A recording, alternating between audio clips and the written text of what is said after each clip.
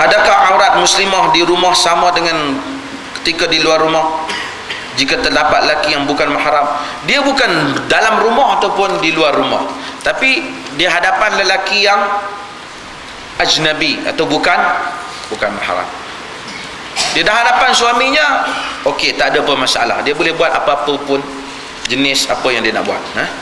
Tapi di belakang daripada suaminya ataupun pada mahramnya yang bukan suaminya, ada batasan-batasan yang tertentu. Dan pada lelaki yang ajnabi, dia tidak boleh menzahirkan melainkan muka dan tapak tangan.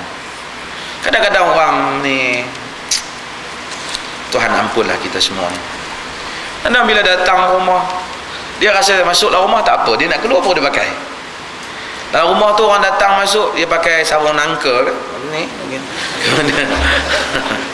kemudian dia pakai t-shirt tangan pendek, dia angkat air pada tetamu. Tak apa, sebenarnya wanita boleh layan tetamu dengan kehadiran suaminya, tapi dia pakai begitu dengan terdedah, baju dia terdedah ni, barulah nampak rantai mahal yang dia beli tu kan.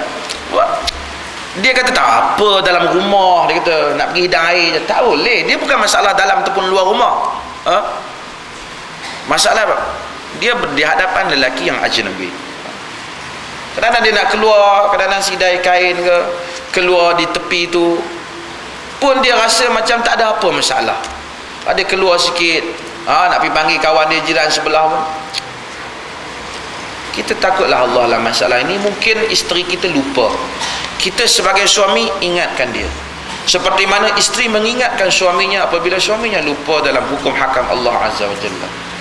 Tolong menolong ala birri wat taqwa, fadzakir, bagi peringatan. Demikian rumah tangga yang salah.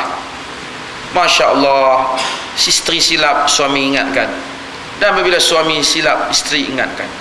Tuan-tuan, ingat mengingati ni bukan kata ustaz tak ustaz, syekh tak syekh, sama saja.